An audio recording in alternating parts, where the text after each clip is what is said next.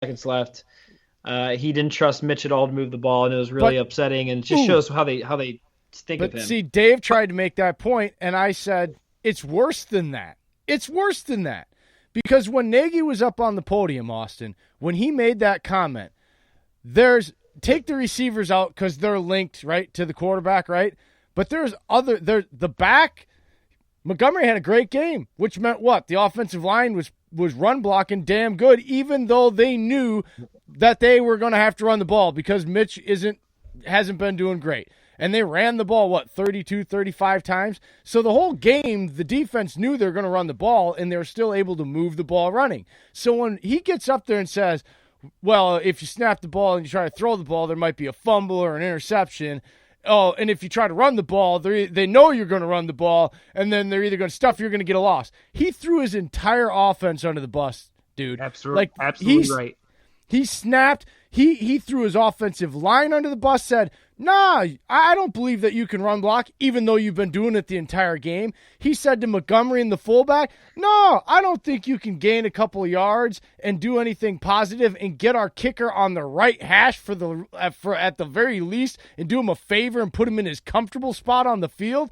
Nope, you all suck. I have no faith in you. He's gone loony, dude, because of all the pressure. It's ridiculous. At least he didn't take a delay of game to set the team back 5 yards because he didn't want to waste the timeout. True. I'll give him that. That's a whole different that's a whole different animal out there in Cleveland, man. We're not even going to get into that, JB. Don't get us down that rabbit hole. We want to. I'm trying to support Austin here because I know how he feels. I listened to House Hall Brawl. You know that, right? The last couple of days. I don't care. I'm trying to help him here. He doesn't have to agree with me. I'm just telling him I'm not against him. I'm with him on this Bears crap. Yeah, Nagy throwing his whole offense under the bus was just a really bad look. It was and then he just threw his kicker underneath the bus today too. I saw the comments about Pinheiro today, and I'm like, good God!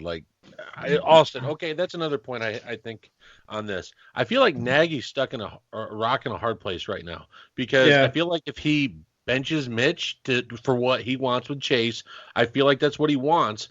I feel like the Pace or the McCaskies are going to get on him instantly. I feel like he can't do it. Yeah, if Pace fails again at the QB position going into next year, I'm sure he's going to be on the hot seat. But at the end of the day, and a lot of the defense is now underperforming. This whole team is underperforming. Promising stuff is that he targeted Anthony Trubisky.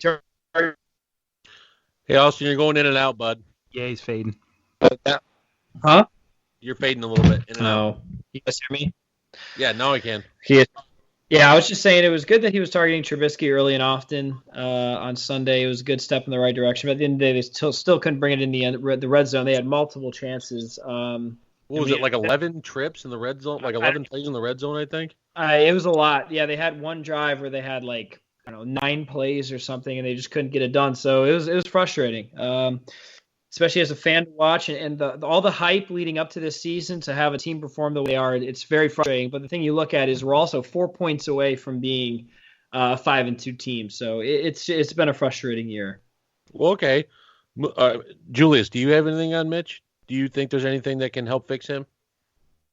At this point, I just think it's like you said, the pressure, the pressure busts pipes, and maybe Mitchell Trubisky doesn't have that factor in him, and he's young, so I wouldn't give up on him. Maybe Jay's argument is to sit him and for the rest of the season kind of let him rebuild. I wouldn't do that. I keep confidence in him. I mean, the Bears are still have an elite defense, and they're starting to get their run game going. They got to keep them. They got to keep going with them. But I mean, but here's my point, Julius, and to all the people arguing against me here is, if you keep him in, he's not improving, and Nagy is gone nuts. He not only doesn't trust him when he's on the field, it's the fact that Mitch is on the field and he doesn't trust Mitch, and he's already said multiple times the offense has to be dumbed down for him, and he can't call his entire offense. It is now seeped into when Mitch isn't doing his job the way he thinks. It's gotten so bad that he has seeped that mistrust in Mitch into the entire offense. It's like a spreading disease. If you don't pull Mitch off the field and try to do something at the rate it's going right now, I'm telling you guys, all three of these guys will be gone in the offseason, and they'll be starting all over, and they'll be trying to do something real quick because that defense is championship caliber defense. It does not deserve for this kind of crap to be going on. All the offense really needs to do is not screw it up most of the time. I mean, and they're not that bad of an offense. What's going on is ridiculous. The day that Chase Daniel comes in for Mitch Trubisky, they're giving up on him. So you say stick with him. They're done with. They have to stick with him. They bench him at this point. They might as well move on. They might as well trade him. They might as well fire Nagy and start over. And they're not going to do that. Austin, then I got to ask you this question, man.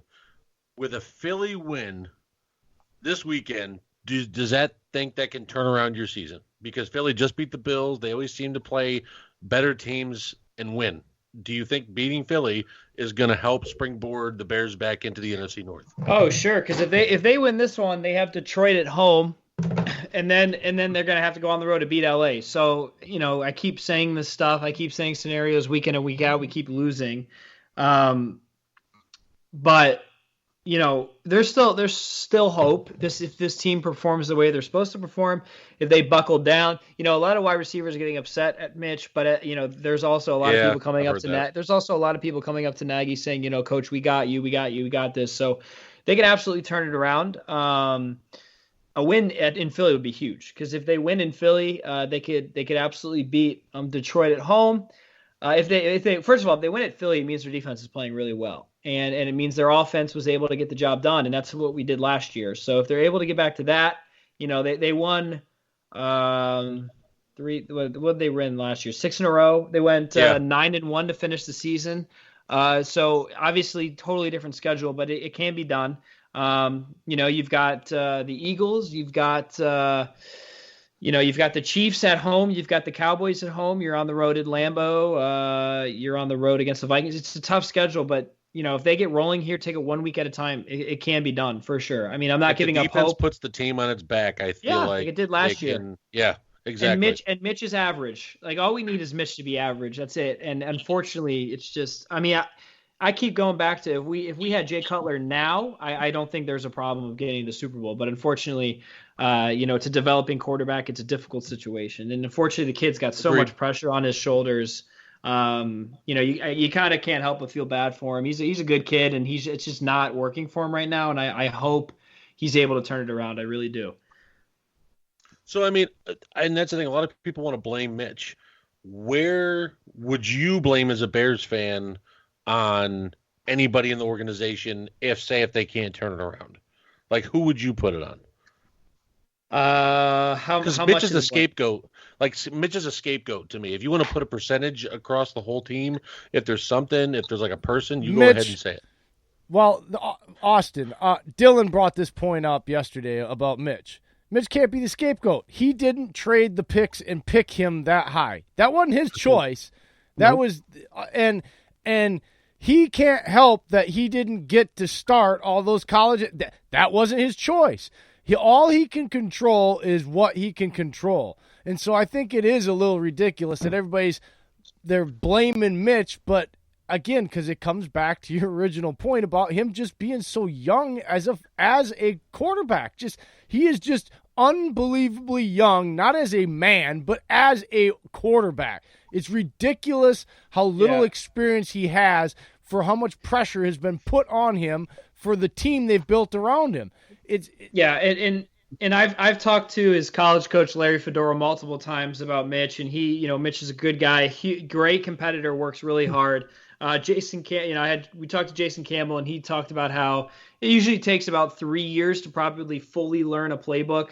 So on top of developing and learning a new playbook, it's a difficult time. Who knows? If Mitch somehow wins this offseason, the competition, and he comes out, he could know the offense like the back of his hand. He could do really well. I mean, I could sit here and talk about how he could be good next year. Next year could be his year. But at the end of the day, we're not seeing any progression from him. I mean, it's frustrating. It's almost like he's regressed. If you have all these people saying, oh, the John Fox era was horrible. Mitch was, handcuffed, blah, blah, blah. He had good numbers his freshman year. He threw a couple 300-yard games, touchdowns, way better than I thought he was. And he's just regressed. It's this year we're supposed to see some kind of progress. We haven't seen shit from him. It's been very frustrating. Do you think the game's still fast for him? You know how they say the game is still fast for players, and then it settles down? Fast. Yeah, okay. He is. He hasn't even rushed this. He hasn't been rushing this year like he used to. He did it once on the goal line, and that was awesome. Oh no, at the end of the game, he escaped the pocket, slid. That was really good. Good to see some emotion there, but he's still not processing everything. He's not making the throws that he needs to make, and it's an unfortunate situation. But at the end of the day, whether he went to Chicago or if not, he was going to go to Houston. So whether he went to two of those teams, he would have been ridiculed and criticized anyways. He's just not the quarterback that teams need him to be right now. And unfortunately, in today's era, it's you get drafted out of college, you're expected to start. If you get drafted that early. So, you don't have the luxury of sitting behind Drew Bledsoe or Brett Favre anymore. It's you come in, you're playing right away. So some guys have it and some guys don't. And right now, this is looking like a complete whiff by Ryan Pace. I honestly think he'd have been better off in Houston because I think Bill O'Brien does a much better job developing quarterbacks. Yeah, don't get Jay started on that. Yeah, we had low games. I would fire Bill O'Brien this year to save my quarterback and my franchise. That dude is the most mundane coach I've ever seen. He is living off of the freaking coattails of his freaking New England days. That dude has ruined every quarterback and just demolished every team. There's two guys that Jay has specifically gone on like a huge hate rant. One is Bill O'Brien. Two is Drew Brees. I swear, like I see veins start forming in his face when he talks about those two. It's just, I don't know what it is, but man, and you know what? Bill O'Brien bothers me as a overall football. Okay, Bill O'Brien bothers me. And Drew Brees bothers me on a personal man with kids level, okay? All right, before we get into it, I got to ask this because Austin needs to go. Austin, right. One last question, brother. Mm-hmm. Sorry we went 5 minutes late. I got to get your prediction for the rest of the year until the next quarter. Who do you think wins it second, third, and fourth? The division? Yeah. Okay, well, I think the Packers are going to win the division. I have to do. I'm sorry. I have to do this just because I'm a Bears fan. This is going to be so bad. The Bears are going to go 7-2. Get the wild card. See ya. I'm out. No, I'm just kidding. That's just the fan in me wants to say that. But at the end of the day, I think it's going to be Packers Vikings, and then it's going to be between the Bears and the Lions. So we'll have to see how that goes. But again, you never know. Though Eagles got in at 9-7 last year. Very low wild card number. You really never know what can happen in this Bears team. As you know, we all know they're awful this year, but you guys also know that they're extremely talented, roster wise, and they have potential to absolutely turn this around. And it's going to start with the QB. So we'll have to see. I think right now the issue with the Bears is we're seeing someone's got the scheme, and someone said at the beginning of the year, I tweeted this out the other day. Someone had said that they had the scheme to Nagy's playbook at the beginning of the year. I didn't believe it, and it's coming true. We also have a QB. Some anonymous source said that some GM said that they figured out Nagy and they're going to be able to stop it. I think it was someone from Green Bay. A lot of people do. I think it was someone from Green Bay or within the division, and it seems to be true so far. But we're seeing how Nagy is essentially overthinking these plays, how Mitch is still not where he's supposed to be, and we're actually really missing Akeem Hicks. It's a huge hit on our defense. Wrecker. We haven't been ourselves since he's been out. If they can turn it around, it can happen, but it's going to take a lot more from the offense than what we needed last year. That's what I'll end on there. Okay. I mean, at least you're still. I can tell you're a little optimistic still, and I like that because the passion's still there. I see a lot of Bears fans just be like, "Man, we're done. Shoot us in the head. Give up on the season." Like that's how they are. Yeah. With that defense, you're never out.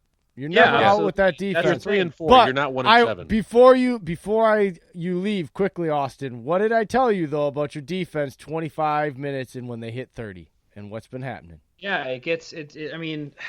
Gets tired and beat.